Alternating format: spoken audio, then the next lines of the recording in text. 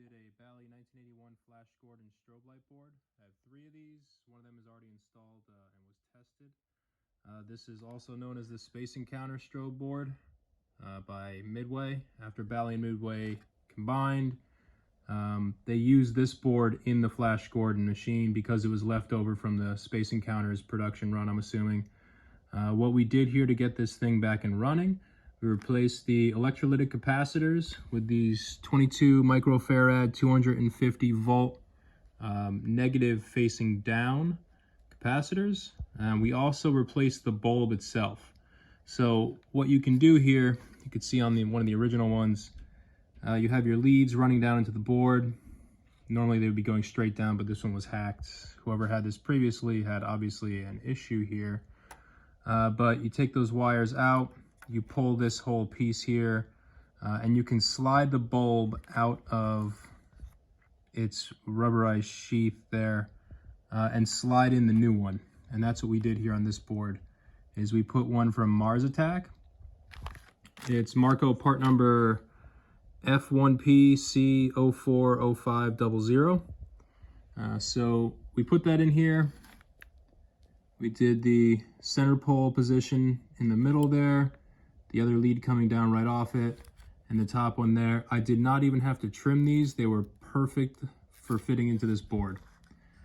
The way you can get these connectors off is if you take wire stripper like this and you simply pinch in the little tab and gently push down. Do all 4 of them and then push it all out. Make sure you obviously desolder these 3 connections before you do that, and you'll be able to pop the whole light fixture out. The cover itself, so after you take this screw, you don't have to take it fully out, but you just have to loosen it up, swing that holder to the side, and then this whole fixture pops out. The top cover piece is held in by just a tab on either side. If you take a small screwdriver and just stick it under there, you should be able to gently pry and pop it out. You're going to want to do that because some of the times that little rubber piece gets pulled inside when you go to yank out the old bulb. The safest way that I found to do it is to gently grab onto the terminal after the glass tube and gently pull it out of there. And like I said, sometimes you run into an issue where that little rubber piece will pop inside. Just pop the cover off. It's good to clean out the lens anyway. Put the 2 rubber pieces back in and then slide the new bulb up into it. Bend the leads down and you're good to go.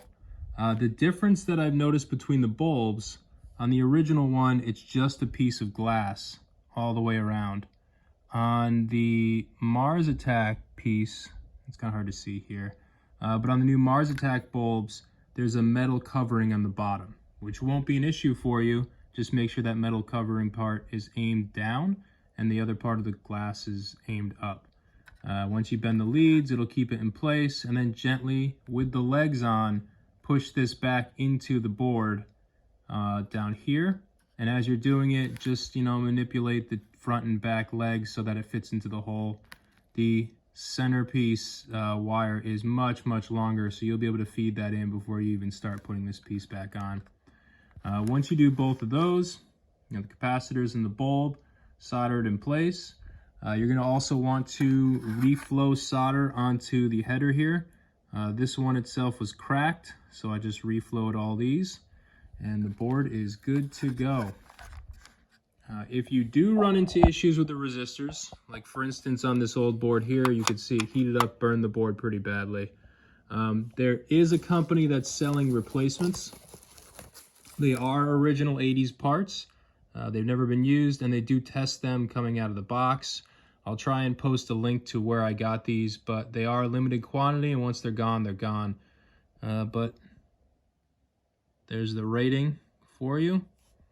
I noticed that one of these boards, the rating was slightly different between the ceramic resistors, but it doesn't seem to matter. So that's what you need to know about these Flash Gordon boards.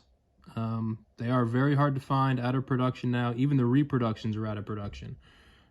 But you can repair these if it's just the electrolytic capacitor and the strobe light. If you have problems with your IC chips, those are at least 10 years end of life now. So you're going to have to find another board or something else, somewhere else to get these chips if you can't.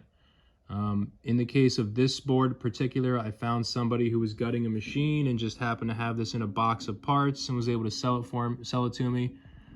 But you know, these are pretty rare. Even this one that's pretty trashed, I'm still going to hold on to, because you never know if I'm going to have to pull one of these chips, although that one is questionable at this point.